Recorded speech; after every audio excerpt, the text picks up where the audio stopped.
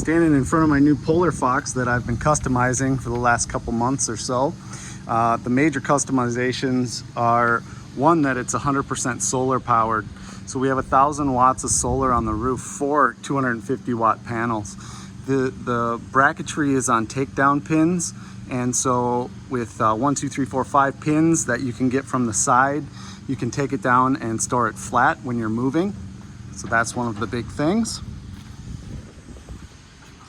Here it is tilted. It has adjustable tilt and all sorts of stuff like that. So that's kind of neat. If we go inside, as you come inside, we have the shack. It has 7 holes, 5 up front here, and then 2 on either side. The middle hole is for Panoptix, which is displayed on this TV over here. Let me get rid of the glare. We have regular television on the right. If we want to, we can change, the right to Panoptix. We can change it to an Aquaview camera that is out of stock right now, but will be mounted right back there and go in this hole right here. When that Aquaview camera is in that hole, it'll shoot this way, and you'll be able to see these holes with, probably all your holes with this angle. So we have the ability to do live scope. If we wanted to put TV on the left, we can go to streaming TV on the left, or we can have these do whatever we need them to do. The Garmin unit here is mounted. It's got power. It's got an HDMI. It's on a foldable shelf that folds down for storage or moving. We do have a security camera that faces the door.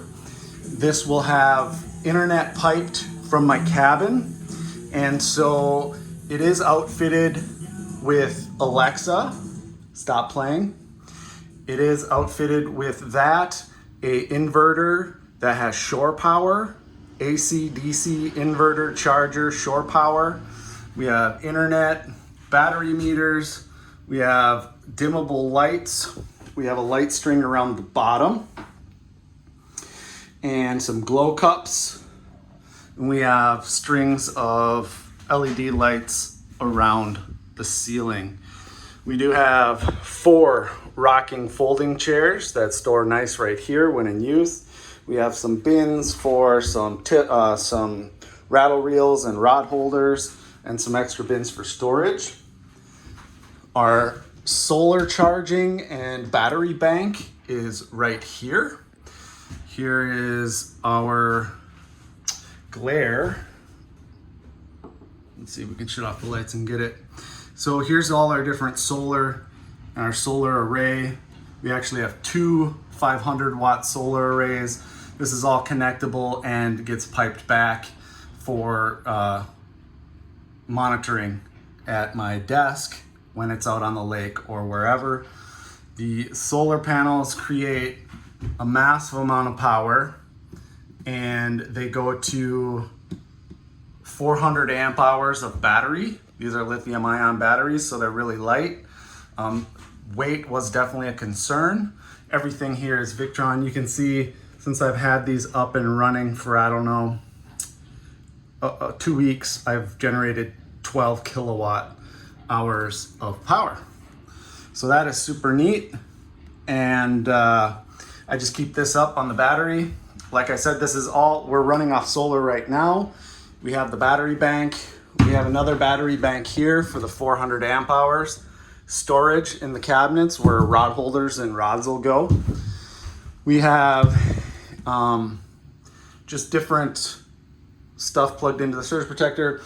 But the biggest thing is we have an electric heater.